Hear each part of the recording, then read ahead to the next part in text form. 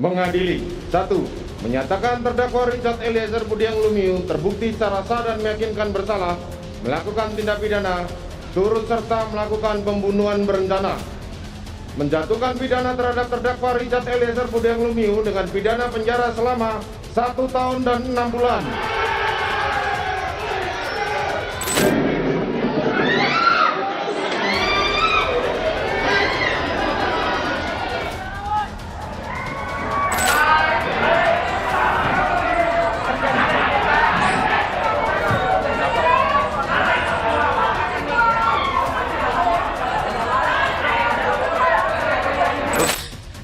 Vonis telah memberikan Richard Eliezer yaitu vonis 1 tahun 6 bulan. Biarlah almarhum Yosua melihat dari surganya Tuhan. Eliezer dipakai Tuhan menjadi orang yang bertobat, benar-benar bertobat. Jangan hanya di saat terdesak. Ini perkataan seorang ibu kepada Eliezer dan yang mendukung kita semuanya. Eliezer, pakailah, Tuhan yang menghakimi, Tuhan yang melihat. Allah aku almarhum Yosua yang tidak bisa saya peluk lagi. Biarlah dia bersama Tuhan di sorga.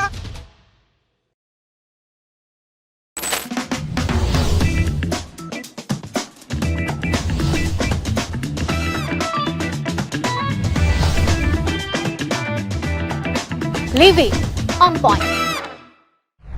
Saudara, bongkar persekongkolan, berani ungkap kebenaran dan juga junjung tinggi kejujuran. Akhirnya Richard Eliezer Budiang Lumiu mendapatkan keadilan. Kemarin vonis hakim menjatuhkan hukuman untuk Eliezer itu 1 tahun 6 bulan penjara. Sudah bersama saya di sini Roni Talapesi, ini adalah kuasa hukum dari Richard Eliezer. Bung Roni. Ya, selamat siang. Kemarin vonis hakim akhirnya 1 tahun 6 bulan penjara. Padahal tuntutan jaksanya itu 12 tahun. Jadi ini tuh sebenarnya surprise yang gak cuma pasti mengejutkan Bung Roni, tapi kita semua. Jadi itu gimana ketika kemudian vonis hakim menjatuhkan 1 tahun 6 bulan penjara, reaksi yang terjadi seperti apa? Ya, tentunya kami di luar ekspektasi ya Mbak Livi. Kami kan tidak muluk-muluk juga tuh kan. Kami berpikir kemarin tuh vonisnya di bawah 5 tahun, tetapi tidak jauh lah angkanya. Tapi ketika membacakan pertimbangan majelis hakim, kami pikir saya pribadi ya, dan bersama teman-teman berpikir bahwa ini kelihatannya vonisnya tinggi. Saya juga gitu, karena ketika pertimbangannya, waduh, pertimbangannya agak-agak berat ya soalnya kemarin ya. Pertimbangannya, tapi kita lihat ini adalah proses hukum dan kita hormati keluarga korban, kita hargai atas kebesaran hati memaafkan Richard Eliezer, dan keluarga kan sudah bertemu. Ini merupakan hal yang baik dan menjadi kekuatan untuk Richard Eliezer. Jadi dalam proses ini kan kita melihat bagaimana Richard Eliezer konsisten, dan dari buah kejujuran dia itu hakim sangat menghormati dan menghargai. Dalam hal apa? Dalam proses persidangan ini kan Richard Eliezer berkata jujur, dia konsisten ya. Jadi kalau saya lihat di putusan yang kemarin majelis hakim berikan, itu adalah hasil dari kejujuran Richard Eliezer. Oke, artinya 1 tahun 6 bulan masih mau banding atau udah nggak usah? Kalau dari kami, Mbak Livi, dari tim penasihat hukum sudah cukup. Sudah cukup ya? Ya. Sudah luar biasa bahkan ya, dari 12 tahun ke 1 tahun 6 bulan ya? Sudah sesuai target dan kita kan ada 2 targetan ya. Awal itu adalah dia lepas atau bebas, dan target kedua adalah dia divonis di bawah 5 tahun. Jadi setelah vonis kemarin, kita sempat berdiskusi bersama tim, saya dan tim, saya sampaikan bahwa ini sesuai dengan target yang kedua, jadi kita terima. Apa yang terekam di ekspresinya Icat ketika pasca di vonis hakim, ketika dia berdiri kan dia langsung nangis ya. Itu mengharu biru banyak masyarakat yang menonton pasti putusan kemarin. Tapi Icat sempat ngomong nggak sih ketika setelah putusan, terus kemudian ngobrol sama Bang Roni? Ya, soal vonis. Kita semuanya terharu ya Mbak Livi, saya juga pun terharu. Abang juga nangis kan kemarin. Saya lihat kemarin waktu keluar dari gedung. Wah, nangis-nangis. Ini kan perjuangan yang panjang, bagaimana di awal kita lihat Richard Eliezer, bagaimana dia coba untuk bangkit dari rasa ketakutan, dari rasa tertekan, kemudian bagaimana proses penyidikan, penyidik yang bekerja secara profesional, kalau saya bisa bilang Mbak Livi, pagi, siang, malam, mereka tidak lelah bekerja secara maraton, penyidik yang ada di Barreskrim ya. Jadi saya melihat bahwa semua proses dari penyidikan ini semua berperan penting. Kalau saya sedikit bercerita ke belakang bahwa saya waktu mendampingi Richard Eliezer, salah satu penyidik yang memeriksa Richard Eliezer itu sampai memutarkan lagu rohani. Untuk supaya Richard Eliezer tenang. Supaya bisa menceritakan itu semuanya secara tenang. Jadi lagu rohani itu diputarkan agar suasananya tenang gitu. Saya ikut mendampingi kan. Jadi saya lihat bagaimana penyidik ini mereka bekerja keras menjaga marwah kepolisian. Boleh saya seperti katakan seperti itu. Dalam proses persidangan juga saya ikut mendampingi bagaimana kita menghadirkan psikolog, menghadirkan rohaniawan supaya Richard Eliezer mulai bangkit, mulai percaya diri. Dan kalau saya lihat memang latar belakang ini anak baik, anak yang patuh dan taat, kemudian hubungannya sama orang itu baik, dia sopan, hubungan sama, kalau saya lihat sama keluarganya, saya lihat bahwa dia sangat hubungannya hangat ya. Saya mau agak keluar dikit dari soal vonisnya Icat. Saya mau masuk soal personal Abang sebagai lawyer dan juga sebagai Icat sebagai klien. Karena kan kalau saya mengikuti ya, kita ngobrol udah beberapa kali. Dari awal bahkan orang tuanya Icat itu ditempatkan bahkan sampai hari ini di rumah pribadi ya. Iya, di rumah pribadi. Bahkan setelah dari Makobrimob kemudian kembali ke Manado, kita juga terima kasih kepada Dankor dan seluruh jajaran bahwa keluarga orang tua dari Eliezer itu di Brimob itu betul-betul dijaga. Kemudian waktu kembali ke Manado ada momen mau Natal, jadi kembali lagi ke Jakarta, stay di rumah saya. Iya. Terus kemudian bolak-balik setiap ke Jakarta, stay-nya di tempatnya Bang Roni. Iya. Emang sedekat apa sih hubungannya? Maksudku gini, kita kan bicara soal klien dan pengacara kuasa hukum ya. Ini kan hubungannya profesionalitas kedua belah pihak. Tapi kalau saya ngelihat ini lebih kayak hubungan keluarga. Karena bagaimana bahkan ketika momen mau Natal ya, kita sempat ketemu juga, mereka bahkan diajak belanja, jalan-jalan gitu. Ini saya mikir ini lawyernya kok bisa terbalikan ya, mengentertain kliennya begitu. Iya, itu hubungan kayak apa sih hubungan antara kalian? Bukan dalam arti belanja itu dalam suasana yang tetap kita dalam suasana ini kan tragedi ya, bukan hal yang gampang juga kan untuk keluarga menjalani. Tapi ada momentum Natal di situ. Ada momentum Natal, saya ya seperti keluarga Mbak Livi, karena saya bersama istri pengennya bahwa keluarga ini dekat dengan kita gitu loh. Satu sisi memang kita sedang berjuang, tetapi ada sisi lain nilai kekeluargaan itu harus tetap erat. Jadi kita seperti keluarga. Dan saya juga sama Richard sudah kayak adik saya sendiri. Karena saya lihat bagaimana Richard menganggap saya sebagai kakak dan saya melihat dia sebagai adik. Jadi secara natural saja Mbak Livi. Jadi kita lihat bahwa ini sebenarnya bagaimana ya. Karena kita berdoa sama Tuhan. Saya bilang sama Icat, kamu ini dibantu sama banyak orang baik loh. Karena apa? 2 orang tua kamu, 2 orang banyak. Sehingga kita dipertemukan sama orang-orang baik. Ketemu sama Romo Magnis, ketemu sama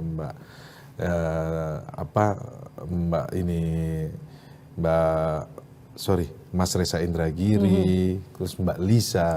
Nah, ini merupakan terus Albert Aris, terus ketemu sama teman-teman yang di tim penasihat hukum yang membantu di persidangan.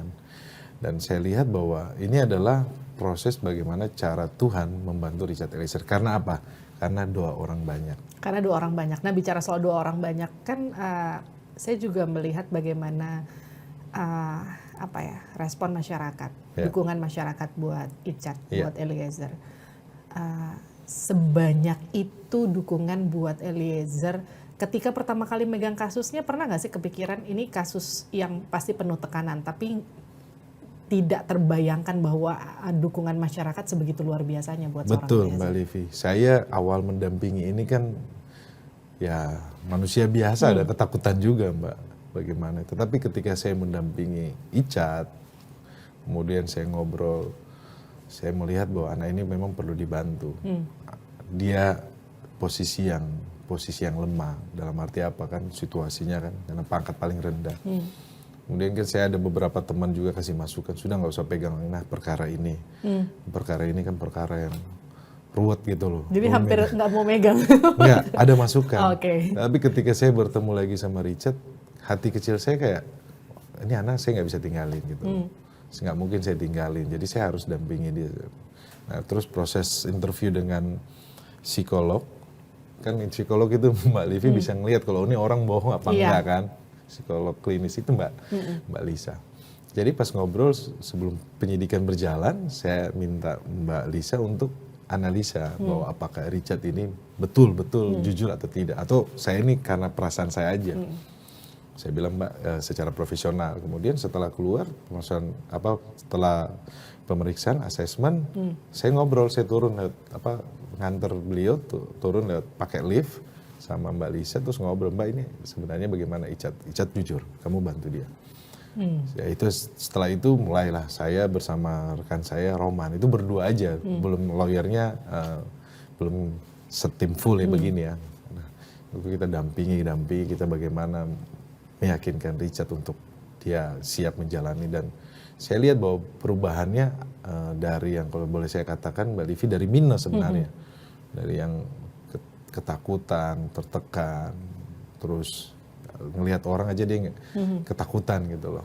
Kemudian dari proses itu saya lihat bagaimana dia mulai bangkit. Itu buat saya hal yang baik, dan saya sebagai pengacara profesional, saya belajar banyak dalam kasus ini. Satu sisi adalah tentang advokasi, tentang hukum, tetapi ada sisi lain tentang kemanusiaan.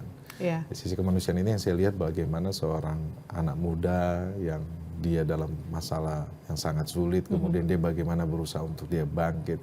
Satu sisi dia mikirin keluarganya bagaimana, kemudian kan tunangannya seperti apa.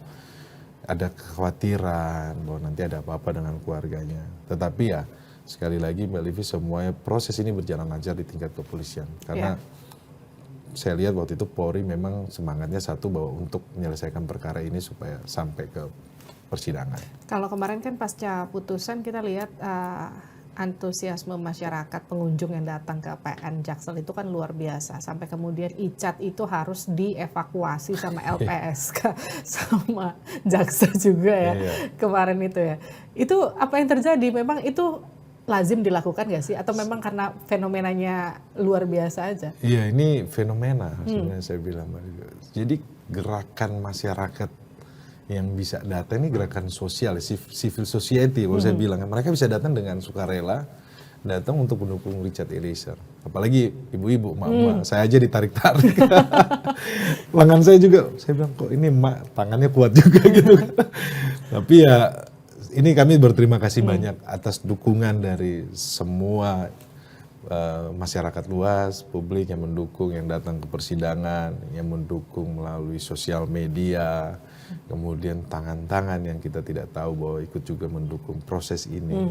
Ya, saya mewakili keluarga dan Richard Eliezer mengucapkan banyak terima kasih bahwa keadilan itu benar-benar hadir di muka persidangan dan dirasakan oleh keluarga Richard Eliezer, terutama Eliezer.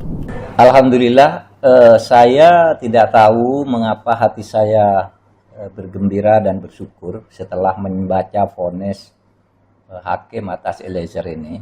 Karena begini, saya melihat hakim itu punya keberanian. Hakim itu objektif membaca seluruh fakta persidangan dan dibacakan semua. Yang mendukung Eliezer, yang memojokkan Eliezer, semua dibaca, suara-suara masyarakat didengarkan, rongrongan yang mungkin ada untuk membuat putusan tertentu tidak berpengaruh kepada hakim, sehingga saya lihat putusannya menjadi sangat logis, tentu menurut saya berkemanusiaan, ngerti denyut-denyut kehidupan masyarakat, kemudian progresif juga. Sehingga saya melihat para hakim ini adalah hakim-hakim yang bagus di antara banyak hakim yang memang juga bagus kalau tidak menangani kasus-kasus yang biasanya penuh tekanan menjadi tidak bagus. Tapi kalau ini tidak terpengaruh oleh public opinion, tetapi dia memperhatikan public common sense hakim ini. Oleh sebab itu, konstruksi putusannya sangat bagus, ilmiah, tidak jadul. Banyak loh hakim yang sampai hari ini kalau nulis putusan tuh pakai bahasa-bahasa Belanda, strukturnya pakai Belanda. Ini enggak, ini modern, bisa difahami dan sulit untuk dibantah perspektif yang digunakan.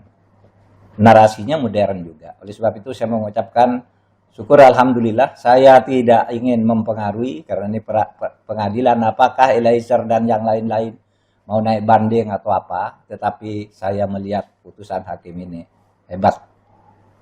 Saya bersama masyarakat tentu saja yang selama ini ingin menyuarakan kebenaran tentang kasus ini, berterima kasih kepada hakim, kepada jaksa yang sungguh sangat serius juga, sudah bagus. Soal perbedaan angka tuntutan itu soal tafsir saja.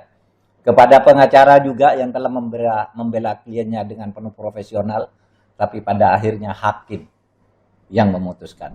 Nah, dukungan ini kan nggak cuma datang dari masyarakat, karena kalau kita lihat dari awal Menko Polhukam Mahfud MD itu kan juga menaruhkan atensi yang cukup besar ya untuk Eliezer. Dan ketika kemarin diputus 1 tahun 6 bulan tuh langsung bereaksi positif kan dengan tepuk tangan dengan putusan hakim. Kontra ketika waktu itu dijatuhi tuntutan 12 tahun kan waktu pas dituntut JPU. Ini gimana reaksinya megang kasus yang kita bisa bilang kasusnya seluar biasa ini sampai kemudian level Menko Polhukam ikut ngasih atensi buat kasusnya ini, jadi pressure nggak sih buat seorang Roni Talapesi? Ya, bagaimana kita bisa meyakinkan publik, Mbak Livi, itu sangat penting ya dalam pembelaan saya, karena memang saya lihat bahwa Richard dia sudah jujur dan dia mau kooperatif, dan jadi saya sebagai pengacara tidak terlalu sulit untuk bagaimana supaya meyakinkan persidangan dan meyakinkan publik, karena dari Richardnya sendiri memang saya lihat bahwa dia mau kooperatif dan dia mau membantu proses persidangan. Ya, sisi lainnya itu Mbak Livi, bahwa saya lihat bahwa ini semua berjalan, kemudian ketika kejujuran Richard Eliezer, kemudian publik ikut mendukung, kemudian dari berbagai pihak ikut mendukung, ini merupakan anugerah Tuhan kalau saya bisa bilang gitu. Mujizat lah. Ini mukjizat. Mujizat. Dari yang kita sampaikan bahwa dari awal Richard Eliezer sendiri keterangannya, kalau dibilang 4 lawan 1, belum lagi tekanan-tekanan yang dari luar. Kemudian bagaimana kita bisa membalikan ini situasi, dengan saya juga pun berdoa ya, tetapi dari tim penasihat hukum ketika salah satu contohnya strategi saya tidak mengajukan eksepsi, kemudian kita periksa saksi-saksi, semuanya saksi-saksi mencabut BAP, mengikuti keterangan Richard Eliezer. Nah, ini semua proses akhirnya berjalan baik. Semalam sempat ketemu sama Pak Mahfud ya di program Satu Meja ya. Iya. Sempat ngobrol apa Pak Mahfud setelah akhirnya vonis kan? Bisa ketemu langsung? Iya, kita sebagai yang saya lihat bahwa Prof. Mahfud ini kan sebagai profesor hukum, kalau saya boleh bilang begitu ya. Ya, kami appreciate. Kami appreciate dan beliau tetap monitor sebagai Menko yang bidang hukum ya. Kemudian fokusnya kepada hukum, beliau sangat melihat bahwa ini menjadi perhatian khusus ya dari awal proses ini. Tetapi ini kan menjadi pembelajaran buat kita agar kedepannya tidak terulang seperti ini Mbak Livi, dan juga pun antara bawahan, atasan juga pun menjadi pembelajaran ketika menerima perintah dan jangan salah memberikan perintah. Ini banyak hal yang bisa kita pelajari dalam proses ini, terutama juga pun buat Polri. Betul. Itu ngomong-ngomong tadi malam kan juga ngobrol sama Pak Kadif Humas ya? Iya. Pak Kadif Humas. Ini ngobrol soal bagaimana nasib Icat ke depannya. Itu juga jadi pertanyaan. Kan biasanya kalau yang dipecat itu kan 5 tahun ke atas nih. Icat kan cuma 1 tahun 6 bulan. Balik dong Icat jadi polisi. Kan harapannya seperti itu Mbak Livi. Kalau kita lihat bagaimana proses Icat berjuang keras untuk masuk ke polisi. Dia kan sampai 3 kali ya, sebelumnya kan dia coba untuk Angkatan Laut. Tapi yang ketiga kali ini kan dia bagaimana dia berjuang keras. Pertama gagal, kedua dia nggak dapat, terus yang ketiga. Itu kan perjuangan keras dan dia memang benar-benar mencintai Polri. Kalau yang pertama itu kalau nggak salah dia itu tesnya bukan marinir tapi tes ini pelaut kalau nggak salah. Nah yang ketiga ini perjuangannya dia kan sangat luar biasa sehingga membuat Richard Eliezer itu bagaimana mencintai Polri terutama Korps Brimob. Dan dia selalu membangga-banggakan itu. Kalau saya ngobrol kita selain ngobrol kasus kita ngobrol lah soal bagaimana pengalaman. Bagi menjadi seorang anggota Brimob, perjuangannya bagaimana. Jadi saya pikir wah kalau saya juga mungkin tidak gampang ya ketika pendidikan di Batu Kosek dikirimkan ke sana itu kan pendidikan yang tidak gampang gitu. Nah dasar kecintaan dia terhadap Polri itu terhadap Brimob kalau saya lihat bahwa ketika proses ini kan kita punya hope, harapan. Harapan dari seorang Richard Eliezer adalah kembali ke Polri dan bisa kembali ke Brimob, itu harapannya. Dan ini justru nggak bikin dia ciut ya, karena kan jangankan buat seorang Richard Eliezer, buat kita aja ngikutin kasusnya ini traumatis sekali pasti. Eliezer siap kembali betul seutuhnya ke Polri. Nanti kita akan terus dampingi ya Mbak Livi, kita akan memonitor, kita akan lihat perkembangannya, tetapi kan harapan itu kan harus kita perjuangkan kan, hope itu ya. Ketika kemarin sama Pak Kadif Humas, Pak Dedi berbicara dengan orang tuanya Eliezer, itu adalah suara hati dari seorang orang tua. Semoga ini didengarkan oleh pimpinan Polri bahwa Richard Eliezer bisa kembali bertugas dan dia bisa kembali mengabdi kepada negara. Kabarnya nunggu sidang etik ya? Yes, kalau yang semalam di di satu meja nyampaikan seperti itu. Artinya sidang etiknya akan berjalan setelah selesai masa tahanan 1 tahun 6 bulan atau di Saya tidak tahu ya masalah teknis internal ya. Tentunya kita akan menunggu dan kita ya berharap Mbak Livi. Tapi segala sesuatunya kan kewenangan dari Polri dan saya selaku penasihat hukum dari Richard Eliezer, saya yakin bahwa tentunya Polri akan memberikan menjalankan ini dan memberikan sesuai dengan ketentuan dan peraturan yang berlaku. Bapak Ibu Icat justru mendukung Icat kembali jadi polisi atau justru ada khawatir karena lebih baik udahlah nggak usah jadi polisi lagi? Ya karena Icat kemauannya adalah tetap kembali menjadi anggota Polri, ya tentunya saya, keluarga saya, ya kita dukung Mbak Livi. Ya kan umur 24 tahun dengan penuh semangat mau bekerja, mengabdi kepada negara kan kita tidak bisa batasi kan. Tapi ya sambil mengalir aja. Kan ada dukungan sempat ya dari teman-temannya Icat di Batu Kosek ya, betul ya? Iya. Yang sempat datang ke persidangan ya? Iya.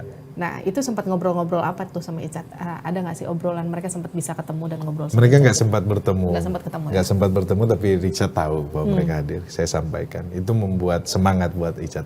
Semangat buat Icat ya luar biasa. Itu satu angkatannya Richard di di pendidikan di Batu Kosek ya. Brapana Nusantara namanya. Ini kita bicara soal agak menyerempet sedikit soal tekanan dan juga soal input karena kan kalau kita bicara ini kan kasus ini bikin mau nggak mau bikin keterbelahan di tengah masyarakat, ya nggak sih? Ada yang ngerasa Icat itu nggak salah, ada juga yang ngerasa Icat itu juga salah dan semacamnya gitu. Karena Bung Roni sendiri kan ngelihatnya sebagai kuasa hukum ada nggak tekanan yang justru mengarahkan ke arah yang lebih baik? Roni ini kurang, ini tambahkan ini kayaknya poin ini kurang untuk meringankan Icat atau justru sebaliknya? Ya kita tentunya kerja tim ya. Kalau dalam situasi ada yang berpendapat pro kontra silakan saja. Itu kan hak dari setiap orang untuk berbicara ya. Tetapi kan dalam proses ini kan kita kembali kepada persidangan. Dan kemarin putusan majelis hakim yang diketuai oleh Pak Wahyu, anggota majelisnya Pak Ribut dan Pak Morgan. Kalau saya lihat itu putusannya luar biasa. Itu bisa menggambarkan seluruh dari proses peristiwa ini loh. Putusan itu jadi putusan yang adil sekali kalau saya bilang. Karena kalau saya lihat kalau putusannya jadi kemarin tuntutan itu jadi nggak berarti gitu karena semuanya dengan tuntutan. Karena kalau kita lihat kan terkait kayak eksekutor itu nggak ada. Karena saya dari awal kan saya sampaikan bahwa eksekutor itu tidak ada dalam fakta persidangan. Kemudian dia bilang saksi Icat itu pelaku utama. Fakta persidangan kan Icat bukan pelaku utama. Jadi ya itu yang buat Saya lega sih ngeliatnya. Ya, mungkin orang-orang yang juga ngeliatnya, wow 1 tahun 6 bulan. Terus ngapain kita kemarin deg-degan ya mikirin bakal 12 tahun.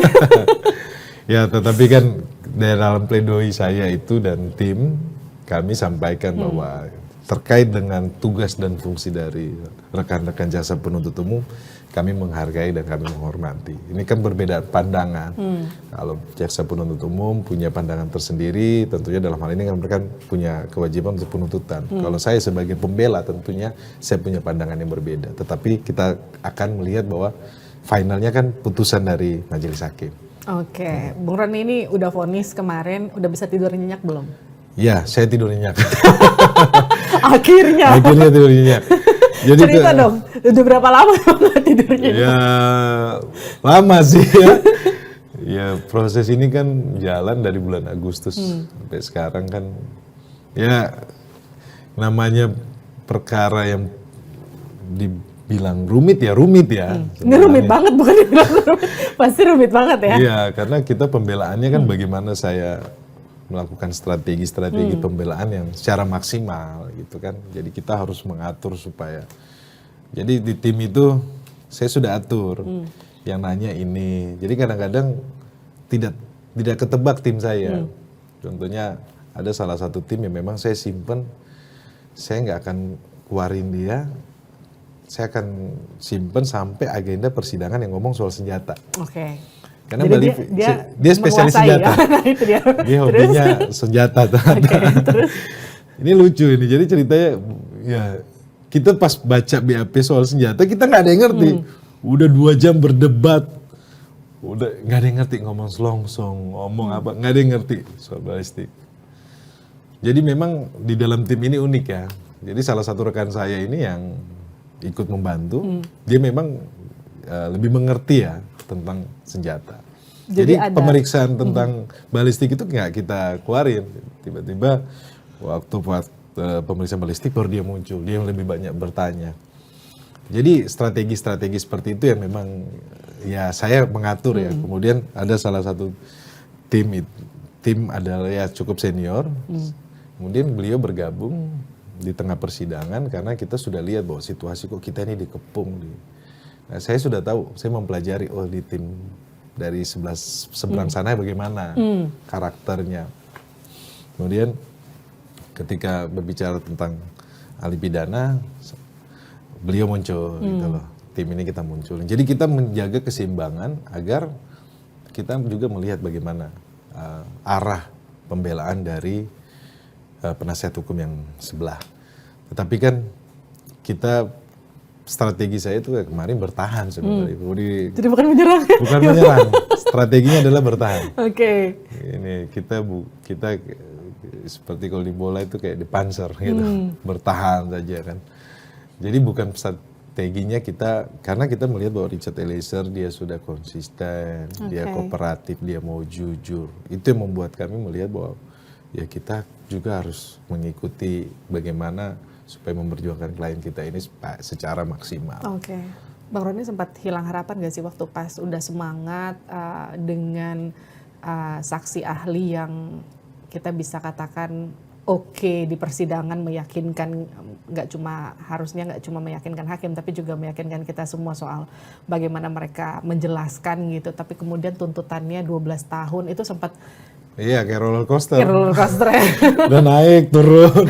Udah tahu, kita juga tahu ini ada undang-undang perlindungan saksi korban. Kita sudah mengajukan surat juga kepada jaksa penuntut umum. Kemudian LPSK juga kan sudah memberikan rekomendasi. Kita sudah memohon agar Richard itu dituntut paling rendah dari yang lainnya.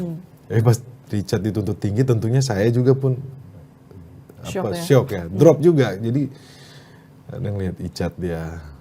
Jadi kita saling menguatkan Mbak Livi.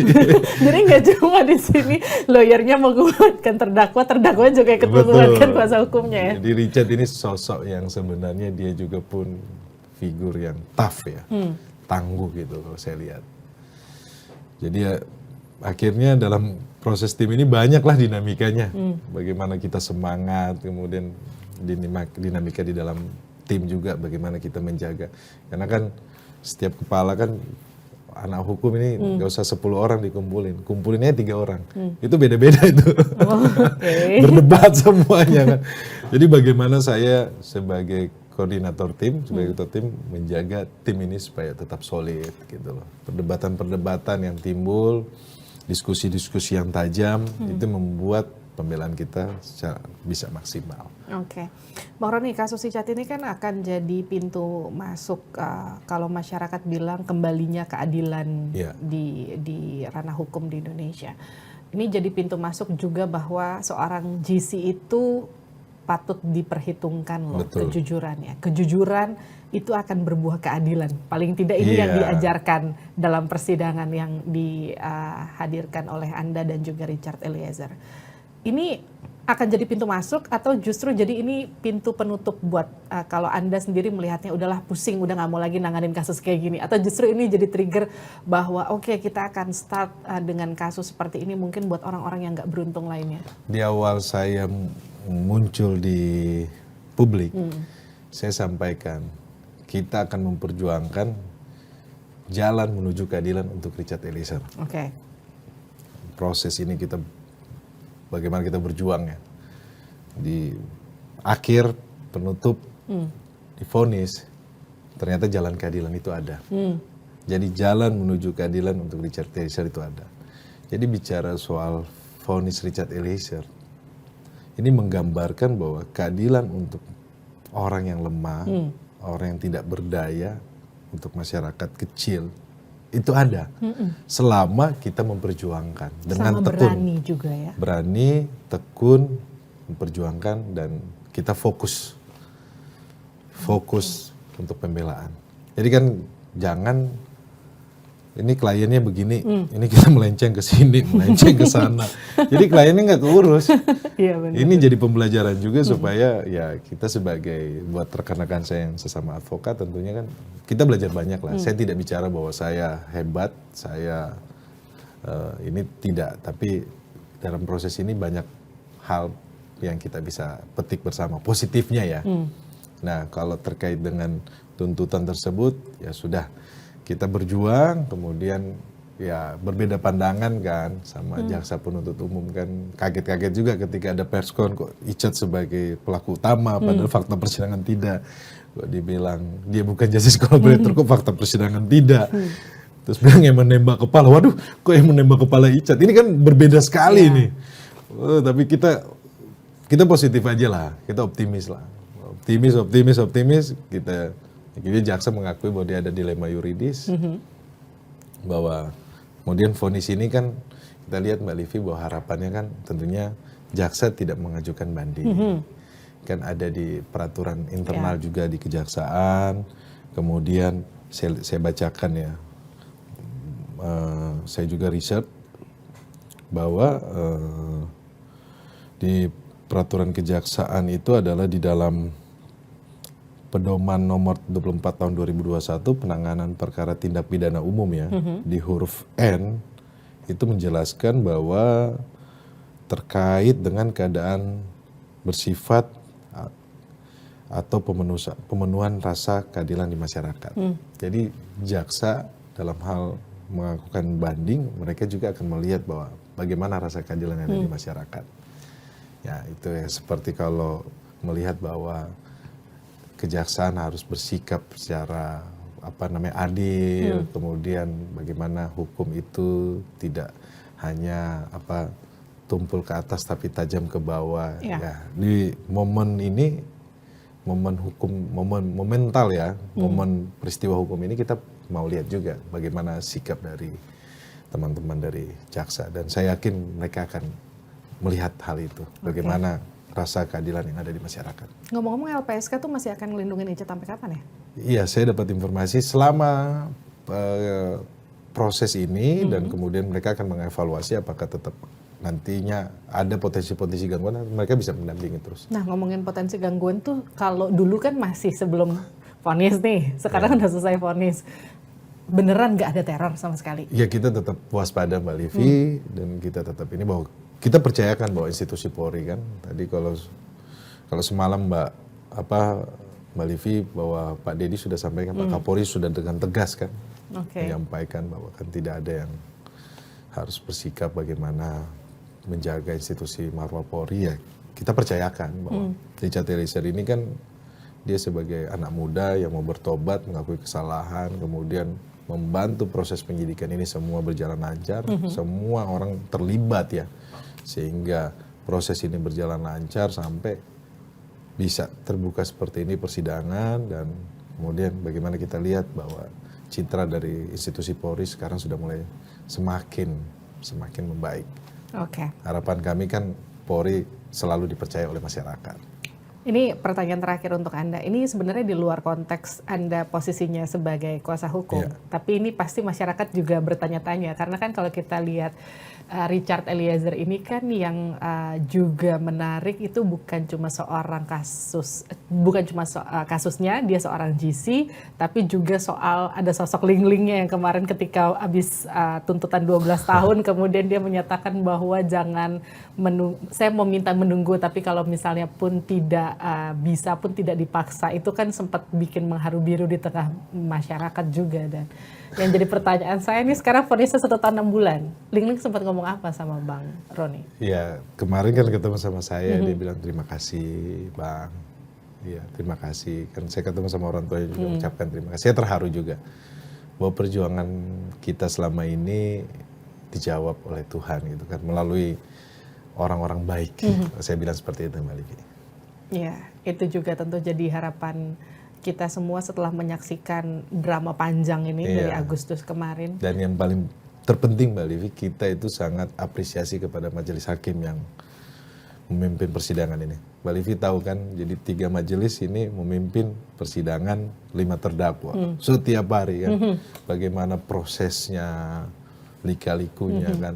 Itu maraton non-stop. Kita aja capek nonton ya, apalagi mereka yang melakukan. Apalagi mereka apalagi Bang Roni. Saya sidang saja untuk 1 terdakwa. 1 terdakwa aja kita ya. Pusing untuk baca berkas, apalagi untuk 5 terdakwa.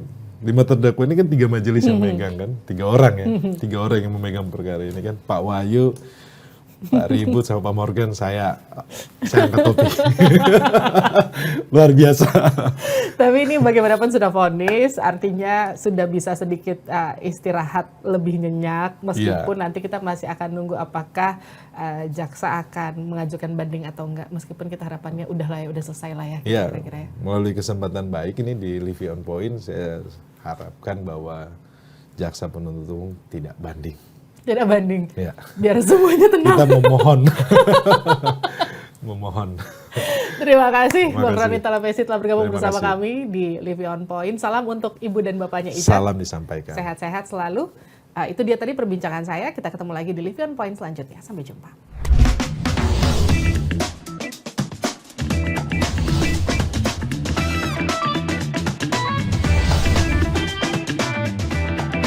Livi On Point.